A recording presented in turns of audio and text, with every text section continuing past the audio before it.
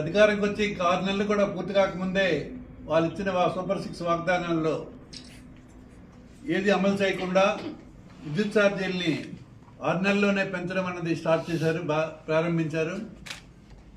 ఇది ప్రజల మీద అధిక భారం వేసి ప్రజలకు అనేక రకాల ఇబ్బంది ఉన్నటువంటి విద్యుత్ ఛార్జీలు పెంచిన విద్యుత్ ఛార్జీలను తగ్గించాలని యథాస్థితికి తీసుకురావాలని చెప్పి వైఎస్ఆర్ పార్టీ ప్రజల తరఫున డిమాండ్ చేస్తుంది. మరి మా ప్రీతమ నాయకులు జగన్మోహన్ రెడ్డి గారు ఆదేశానుసారం ఈ రాష్ట్రం అంతా అన్ని నియోజకవర్గ కేంద్రాల్లో